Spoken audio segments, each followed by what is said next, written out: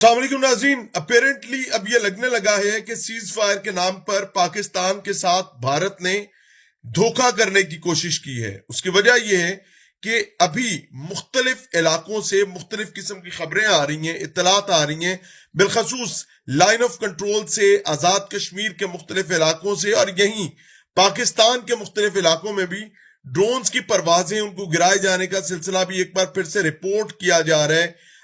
मुख्तलिफ लोग locally evidences बनाकर सेंड कर रहे हैं चेजा कि अभी इस पर गवर्नमेंट की साइड से बिल्कुल खामोशी जो है वो देखने में सामने आ रही है। बरखा दत्त भारतीय सहाफी और मारूफ सहाफी, एक ऐसी सहाफी जिसको पाकिस्तान में हमेशा इज्जत की नजर से देखा जाता है, इकराम की नजर से देखा जाता है सहाफती हलकों में। बरखा दत्त जो है उन्होंने एक और भोंडा इल्जाम जो है वो लगाने की कोशिश की है और उन्होंने कहा है कि जी श्रीनगर में, जो कि इंडियन ऑक्युपाइड कश्मीर है, श्रीनगर में एक्सप्लोजन्स की, धमाकों की ऊंची ऊंची आवाजें जो हैं वो सुनाई दे रही हैं और वो इल्जाम लगाती हैं कि पाकिस्तान जो है उसकी जानिब से कोई ड्रोन्स भेजे गए हैं। लेकिन हामिद मीर साहब ने उनको नेगेट किया और उनको बताया है कि सीज फायर के बाद से पाकिस्तान ने किसी किस्म की कोई एक्टिविटी नहीं की है।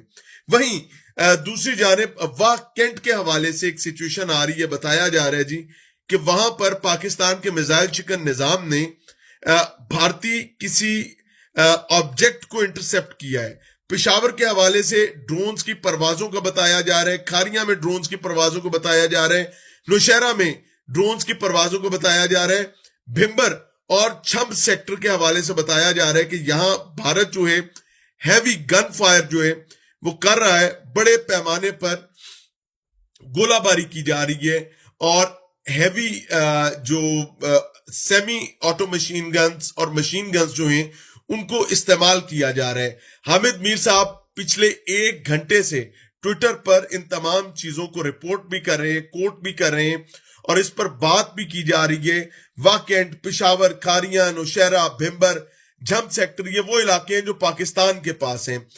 इसमें कुछ इलाके केपी के हैं, कुछ इलाके पंजाब के हैं, कुछ इलाके आजाद कश्मीर के हैं। लेकिन ये तमाम कहानी उस वक्त शुरू हुई है जब भारतीय मीडिया ने एक बार फिर भोंडे इल्जामात, बदबख्ती वाले इल्जामात लगाने शुरू कर दिए और अपेरेंटली अब ये लगने लगा है कि ट्रंप की जो सीज फायर का मामला था, भारत ने इसको वायलेट कर दिया है और कहीं भारत एक बार फिर किसी एडवेंचर की तरफ बढ़ना चाह रहे हैं। पाकिस्तान में बहुत सारे लोग ऐसे हैं जो ये समझ रहे थे कि अब अमेरिका आ गया तो अब भारत नहीं कुछ करेगा।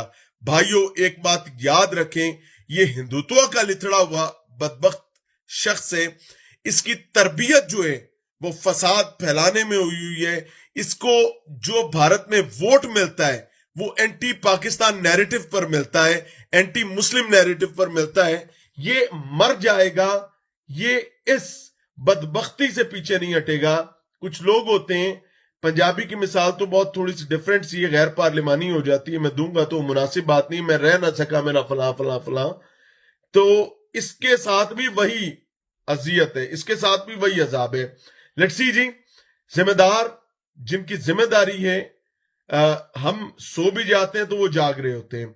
सो अल्लाह ताला से दुआ है कि अगर ये बदबख्त फिर बदबख्ती करते हैं तो इस दफा पहले से ज्यादा करारा, पहले से ज्यादा सुथरा, पहले से ज्यादा मुनज्जम, पहले से ज्यादा मुहतरम सबक जो है इनको सिखाया जाना चाहिए ताकि ये बदबख्त जो है रहती दुनिया तक पाकिस्तान की तरफ मैली आंख से देखने की कोशिश ना कर सके।